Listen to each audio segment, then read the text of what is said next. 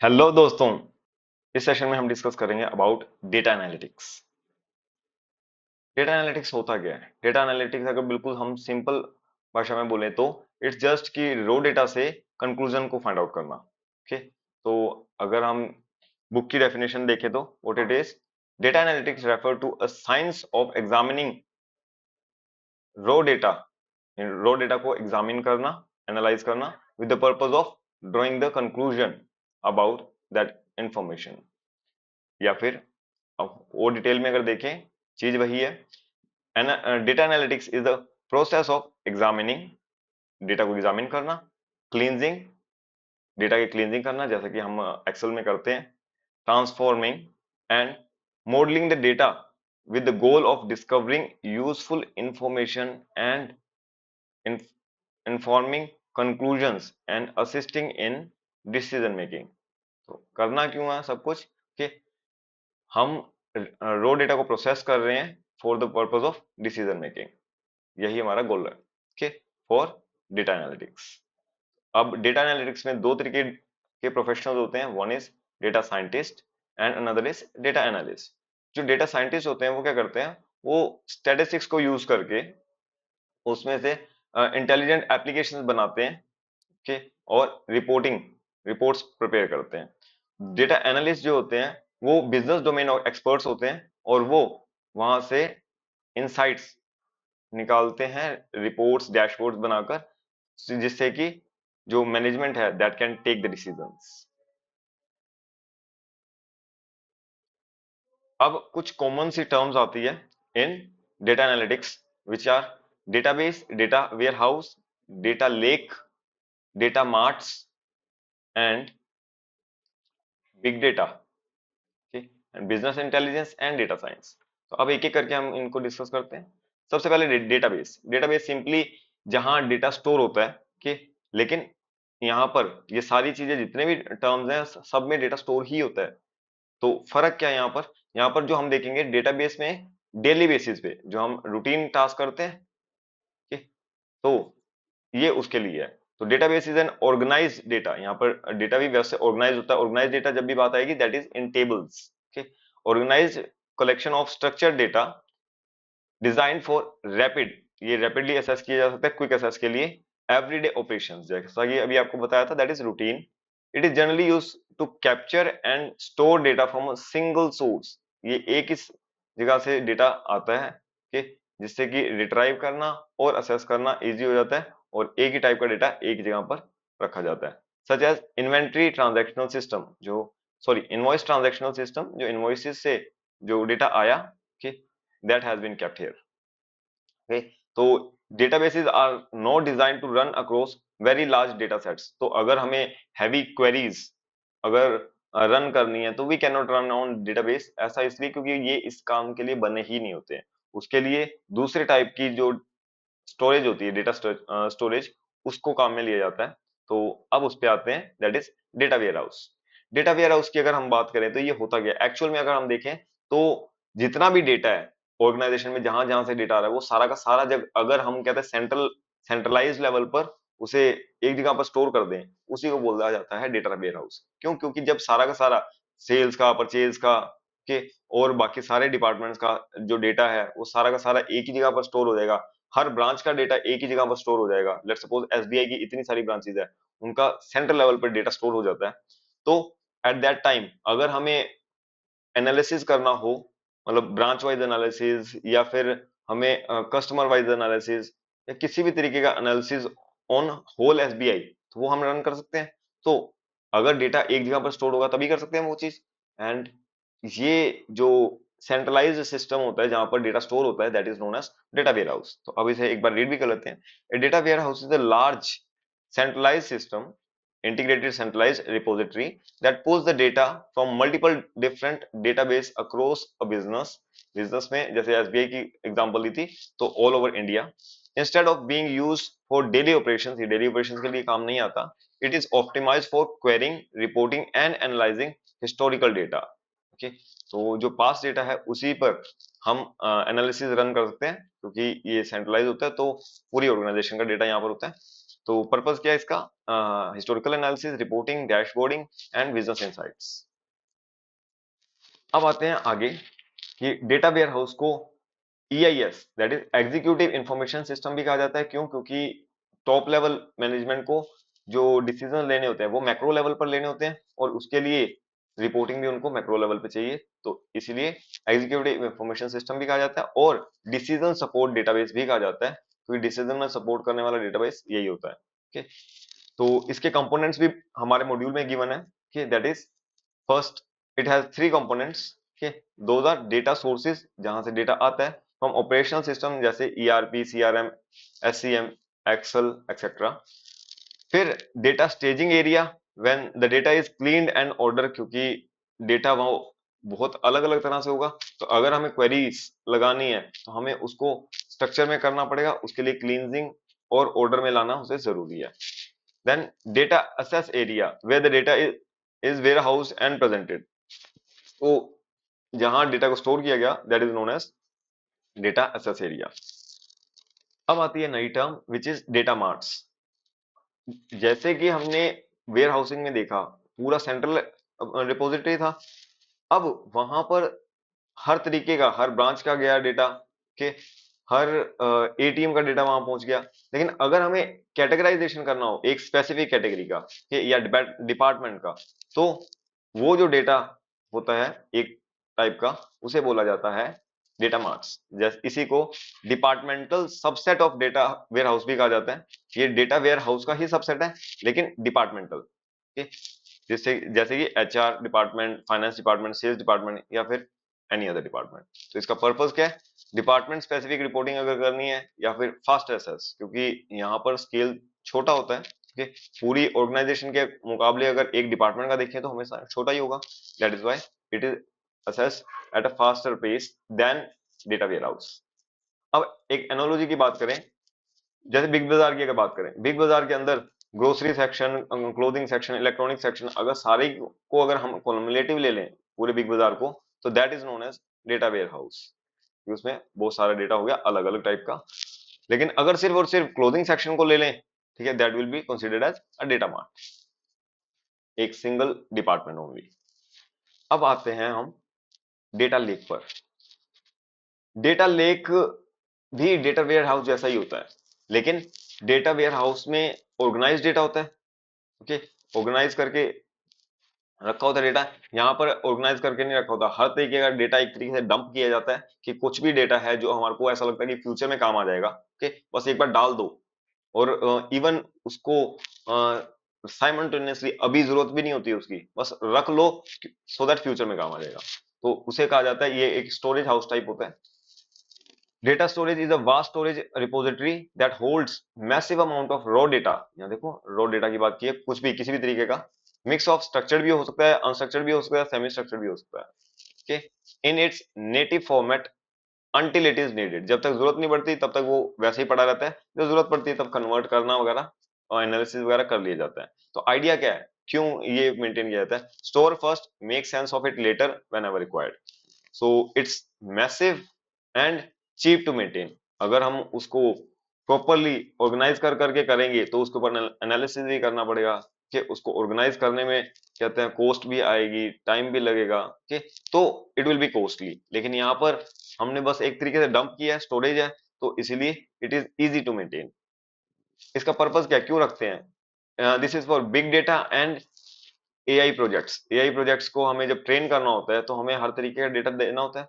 तो इस तरीके का डेटा तभी होगा, अगर हमारे पास डेटा होगा तभी तो हम ट्रेन कर पाएंगे। ठीक है, अब एनालॉजी की बात करें तो डेटा वेयर हाउस एक तरीके से नीटली अरेंज लाइब्रेरी है। Okay, whereas data lake is just a storage room, store room जो होता है, ठीक है, जहां पर बस डेटा डंप किया हुआ है।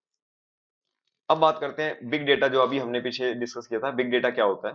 बिग डेटा एक्चुअल में बहुत एक्सटेंसिव अमाउंट ऑफ डेटा होता है, बहुत ज्यादा डेटा जो कि बहुत तेजी से बढ़ भी रहा है। अब आप कहोगे डेटा कैसे बढ़ सकता है? एग्जाम्पल, आपके पास जब फोन होता है, ठीक है, तो व्हाट्सएप पे अगर आपके पास फोटोज आती जाए या वीडियोस आती जाए, तो डेफिनेटली वो बढ़ता जाएगा। ठीक है, तो डेटा इंक्रीज होता जाता है। तो इसी तरीके से अगर आप डेटा पे प्रोसेसिंग कर रहे हैं, डेटा फेच कर रहे हैं, ओके, तो भी तो डेटा इंक्रीज होता ही जाएगा। तो big data is extremely large, very fast growing and diverse set of data that cannot be effectively, efficiently stored, processed and analyzed using traditional database tools and databases. तो मतलब वो पुराने तरीकों से स्टोर करना भी और उन टूल्स पे प्रोसेस करना बहुत मुश्किल है, क्योंकि इतने फास्ट ये चेंज होता रहता है और इंक्रीज होता रहता है। अब इसको बिग क्यों कहा जाता है? Not only because of its size. इसमें 3 V's आते हैं, वैसे अब मॉडर्न वाले में 5 आ चुके हैं, लेकिन अभी हम 3 V's को ही कंसिडर करते हैं। One is volume. Volume is enormous, बहुत ज्यादा होता है, जैसे बिलियंस ऑफ यूट्यूब वीडियोस के रोज भी अपलोड होती है, millions of Amazon transaction, social media post and images के, so the volume is really high. Velocity, velocity speed के, यहाँ data is generated and processed at a very high speed, okay, like UPI transactions, stock market prices, GPS location updates, live website clicks।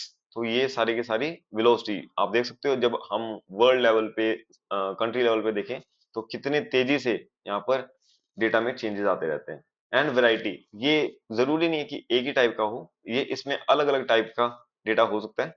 Data exist in many different formats, okay, structured data भी हो सकता है, semi structured भी हो सकता है, unstructured भी होता है। स्ट्रक्चर्ड में tables, Excel sheet, SQL database कुछ भी हो सकता है। सेमी स्ट्रक्चर्ड में जेसन फाइल्स हो सकती है, एक्सएमएल फाइल्स हो सकती है, और अनस्ट्रक्चर्ड में email, PDF, video, images, audio recording कुछ भी हो सकता है। तो इतने वास्ट टाइप का डेटा, इतनी फास्ट इंक्रीजिंगली और इतनी ह्यूज वॉल्यूम में डेटा होता है, इसीलिए इसे बिग डेटा कहा जाता है। अब आते हैं हम नेक्स्ट टर्म पे, विच इज बिजनेस इंटेलिजेंस। अब ये बिजनेस इंटेलिजेंस क्या है? ये पहली बात तो, अभी तक हम बात कर रहे थे डेटा स्टोरेज की, इसका डेटा स्टोरेज से कोई लेना देना नहीं है, ओके। डेटा स्टोर हमने कर लिया, अब बात कर रहे हैं हम एनालिसिस की। तो business intelligence is all about उस स्टोर्ड डेटा के ऊपर जब हम एनालिसिस करते हैं, okay, to find some patterns, to make some decisions, that is known as business intelligence. So business intelligence is all about understanding what happened in past and presenting it in a visually appealing manner so management can make decisions, like देखो जैसे dashboard हो गया, okay। So it encompasses various variety of data analysis tools and applications that assess the data within the data, okay। तो अब कौन कौन से tools हैं ऐसे? Power BI. Power BI is power business intelligence, नाम ही बिजनेस इंटेलिजेंस है। तो पावर बीआई जो कि माइक्रोसॉफ्ट ने बना रखा है, that is business intelligence. Tableau, Qlik, Google Looker Studio, okay, all those are business intelligence. अब चलते हैं अगले टॉपिक पे, अगली टर्म पे, that is data science. Data science क्या है? डेटा साइंस एक्चुअली जो डेटा के ऊपर प्रोसेसिंग करते हैं, ओके, वो हमने किया बिजनेस इंटेलिजेंस से। लेकिन अब बिजनेस इंटेलिजेंस के बाद फ्यूचर प्रिडिक्शंस की अगर बात करें, तो जो बिजनेस इंटेलिजेंस था that was all about the past, लेकिन जो डेटा साइंस है that is all about the future, कि हम इससे फ्यूचर को एनालाइज करें कि फ्यूचर में क्या पैटर्न बन रहे हैं, वो पैटर्न से फ्यूचर में क्या हो सकता है, सो दैट हम आज उसके अकॉर्डिंग डिसीजन ले लें। That is data science, this is future based, okay. So while BI looks at the past and present, data science looks at the future. It uses the advanced statistics, machine learning and artificial intelligence to extract deep insights, predict future outcome, जो हमने बात करी थी predict future outcome, ये रहा वो, and automate decision making. It answers why it happens, what will happen next and what should we do about it. तो it is a combination of 3 skills, हमारे मॉड्यूल में ये वाली चीज दे रखी है, ओके। सो इसका ध्यान रखना, इट्स स्टैटिस्टिकल या मैथमेटिकल होता है, कोडिंग की स्किल जरूरी है, एंड डोमेन और business knowledge is required for being getting into the data science। तो data science इन्हीं से बन के बना है, okay। So here closes all the terms related to the database and business analytics की terms तो खत्म हुई। तो अब अगर बात करें तो देखो अलग अलग टाइप के ये सोर्सेज हैं, अलग अलग टाइप के जो सोर्सेज हैं उनसे डेटा गया लाइव रिपोर्टिंग वाले में, जिसमें डेटाबेस, डेटाबेस के बाद वही डेटा डेटा लेक में चला जाता है, जो अनस्ट्रक्चर्ड फॉर्म में और स्ट्रक्चर्ड फॉर्म में, जो भी हो किसी भी तरीके का हो, सारा का सारा इसमें आ जाता है। फिर जो डेटा वेयर हाउस है, कि डेटा वेयर हाउस में structured data data warehouse में स्टोर हो जाता है, और उसके बाद आगे फर्दर आते हैं डेटा मार्ट्स के और डिफरेंट डिफरेंट डिपार्टमेंट्स। अब उन्हीं के जो डेटा है, data in data warehouse और मार्ट्स, उसके बेसिस पे बिजनेस इंटेलिजेंस मतलब कंक्लूजन ड्रॉ किए जाते हैं, एंड फर्दर डेटा साइंस को यूज करके फ्यूचर प्रेडिक्शंस जो हैं उसको भी प्रिडिक्ट किया जाता है, एनालाइज किया जाता है, सो दैट डिसीजन मेकिंग की जा सके। Now comes type of analytics. Okay, ये इमेज जो है वो मॉड्यूल से ली गई है, कि I have taken it from a module only. तो यहां पर मॉड्यूल में अगर देखेंगे तो 1 2 3 एंड 4 के 4 टाइप्स इमेज में गिवन है, बट अगर आप पॉइंट्स को कंसीडर करोगे तो वहां पर 5 types are given. Okay, so first type which is given is descriptive. Descriptive क्या है? ये it describes. Okay, so historical data helps understand the past performance and root cause of the analysis. Okay, तो it describes the root cause. Okay, तो this is descriptive analytics. उसके बाद जो second number पे दे रखा है मॉड्यूल में, that is diagnostic analytics. ये डायग्नोस करता है कि examining the past results and variance analysis, और उसके बाद इंटरेक्टिव डैशबोर्ड्स बनते हैं to examining the causes of the past outcome. And then comes prescriptive, कि क्या प्रिस्क्राइब किया जाता है। So prescribed action analysis, it analysis that suggests a prescribed action, कि क्या prescribed action है, okay, based on the diagnostic and descriptive, okay, that is how it how to make it happen, that is prescriptive analytics. Then comes predictive analytics, ये predictions करता है regarding the future, what could happen, it tells what could happen, forecast future performance, events and results. Then comes the cognitive analytics, which is what to do, why, and how to do. Okay, so it's all about proactive action taking, recognizing patterns using the big data. तो यहाँ type of data analytics खत्म होते हैं। अब चलते हैं आगे, steps involve in data analytics. सबसे पहले डेटा को क्लीन किया जाता है, कि डेटा सैनिटाइजेशन एंड ट्रांसफॉर्मेशन। तो जैसे अलग अलग एक्सेल के फॉर्मूला लगा के, लाइक ट्रिम फॉर्मूला लगा दिया, उसके अलावा अगर लेंथ को डिक्रीज इंक्रीज डिक्रीज करना है, LEN फॉर्मूला लगा दिया। तो मल्टीपल फॉर्मूला लगा के जो क्लींजिंग वाले फॉर्मूलाज हैं उनको रन करके, ठीक है, data is being cleaned. Clean करने के बाद मैक्रो लेवल वैलिडेशन होती है, कि profile the data, then analyse the data, data को एनालाइज किया जाता है कि कोई गैप्स तो नहीं है उसमें, डुप्लीकेट्स या आउटलाइनर्स के। तो इस तरीके से एनालाइज किया जाता है, सो दैट कि गैप्स डुप्लीकेट जो है वो सारी चीजों को खत्म किया जा सके। फिर इन्वेस्टिगेट किया जाता है कि अब जब सारा डेटा क्लीन हो चुका है, प्रॉपरली वर्किंग के लिए तैयार है, तो अब उसके ऊपर वर्किंग की जाएगी और उसके ऊपर फैक्ट्स एंड इनसाइट्स चेक किए जाएंगे उस डेटा में से, एंड जो भी फैक्ट्स आएंगे, ओके, उनको डॉक्यूमेंट किया जाएगा। Automatic audit log and rerun capabilities, okay, तो उसको डॉक्यूमेंट किया जाएगा कि जो भी हमारा एनालिसिस हुआ। देन कम्स डेटा एनालिटिक्स के फंक्शंस। अरे ये बहुत सारे दे रखे हैं हमारे मॉड्यूल में, ओके, लेकिन जो इम्पोर्टेंट है और थोड़े से डिफरेंट है, जो नाम से क्लियर नहीं हो रहे, कि वो सब मैंने यहाँ पर कवर कर दिए हैं।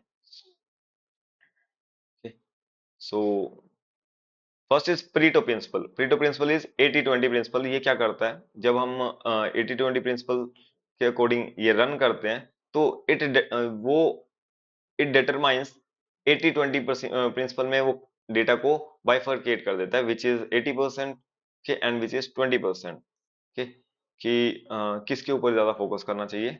Then comes relative factor, relative size factor. ये एक्सट्रीम वेरिएंसेस जो होते हैं, ओके, उनको हाईलाइट कर देता है, उनको डिटरमाइन कर देता है। देन कम्स बेनफोर्ड लॉ क्या करता है, ये जो अननेचुरल पैटर्न्स होते हैं कि उनको डिटेक्ट करने का काम आता है, that is Benford law. Then comes ABC analysis, तो ये डेटा को A B and C category में बाइफरकेट कर देता है कि so that it is easy कि किसकी वेटेज ज्यादा है किसकी वेटेज कम है, तो categorises in 3 categories as per the weightage. Then Beneish M score, it manipulated earnings को डिटेक्ट करने का काम आता है कि जो मैनिपुलेशन हो रखी है अर्निंग में, okay, उसको डिटेक्ट में बेनिश एम स्कोर काम आता है। And then comes ageing analysis, ये जो टाइम गैप्स होते हैं उसको चेक करने के काम आता है। okay? और भी काफी सारे हमारे मॉड्यूल में गिवन है, एक बार उसको आप रीड जरूर कर लेना कि बिफोर द एग्जाम्स कि क्योंकि हमें नहीं पता एग्जाम में कहाँ से कुछ क्वेश्चन आ जाए, but these are the main जो अलग से दिखने वाले थे कि जो कंफ्यूज कर सकते हैं, तो उनको मैंने यहाँ पर कंसीडर कर लिया ऑलरेडी। बाकी ऐसे हैं जो ऑलरेडी नाम से ही डिस्क्रिप्ट से। Then comes advance tools for analytics, वैसे एक इससे पहले एक और टॉपिक मॉड्यूल में गिवन है, that is tools for analytics, उसमें वही दे रखा है Excel, power BI, all those, तो एक बार आप गो थ्रू होगे तो आपको इजीली समझ आ जाएगा, तो इसलिए मैंने उसको स्किप कर दिया। Now coming advance tool for analytics, advance tool में सबसे पहले हैंडऑफ के, हैंडऑफ जो है वो एक क्लाउड स्टोरेज प्लेटफॉर्म है, cloud storage and processing platform. Then comes R programming, ये भी ओपन सोर्स है, this is a programming language for software language software for analysing the data, इसका काम है डेटा एनालाइज करना। देन कम्स पाइथन, पाइथन तो बहुत ही फेमस है कि ये बहुत ही इजी टू लर्न भी है, तो पाइथन प्रोग्रामिंग जो है this is also open flexible programming language for, ये क्या करती है डेटा मैनिपुलेशन कर देती है, मैनेजमेंट कर देती है और एनालिसिस के बहुत काम आती है, so this is very useful Python programming language. Then comes MATLAB, MATLAB जो है इट्स सिंपलेस्ट सिंटेक्स, सिंटेक्स जो होते हैं लाइक जैसे एचटीएमएल में ब्रैकेट्स ब्रैकेट्स होते हैं कि कर्ली ब्रैकेट्स ये वाले कि इनको बोला जाता है syntax, it's simplest simplest syntax is easy to learn and resembles C और सी प्लस प्लस, तो ये एक लैंग्वेज ही है which is similar to C and C plus plus. Then comes Julia, ये एक न्यू प्रोग्रामिंग लैंग्वेज है जो कि visualisation, data visualisation and data analytics में यूज होती है। Okay, and that's all for data analytics. Okay, मिलते हैं नेक्स्ट वीडियो में।